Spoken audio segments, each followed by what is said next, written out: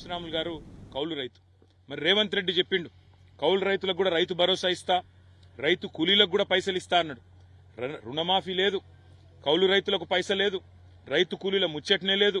ఆఖరికి ముఖ్యమంత్రికి పంట పొలాలకు వచ్చి రైతులను పరామర్శించే తీరిక లేదు. ఇప్పటి వరకు గత 4 నెలలుగా చేసింది ఏంటంటే 14-15 సార్లు ఎక్కే విమానం దిగే విమానం అన్నట్టు ఢిల్లీకి జాతరలు చేసుడు యాత్రలు చేసుడు తప్ప ఇంతవరకు రైతు పొలాల దిక్కు చూసిన పాపాన కూడా ఈ ముఖ్యమంత్రి గాని ఆయన మంత్రులు గాని పోలేదు. అందుకే రాష్ట్ర ప్రభుత్వాన్ని మేము డిమాండ్ చేస్తా ఉన్నాం.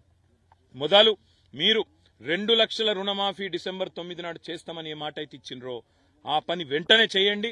దానికి మీకు ఏ కోడు అడ్డం రాదు. అవసరమైతే ఎన్నికల కమిషన్ కు ప్రత్యేకంగా లేఖ రాయండి. ఇది మా ఎన్నికల హామీ, వెంటనే నెరవేర్చాలనుకుంటున్నాం. మేము ఈ వెంటనే చేసి రైతుల్లో భరోసా నింపాలనుకుంటున్నాం. ఇప్పటికే దాదాపు 200 మంది రైతులు ఆత్మహత్యలు చేసుకున్నారు. కాబట్టి ఈ విషయంలో ప్రభుత్వం వెంటనే స్పందించాలనేది మొదటి డిమాండ్.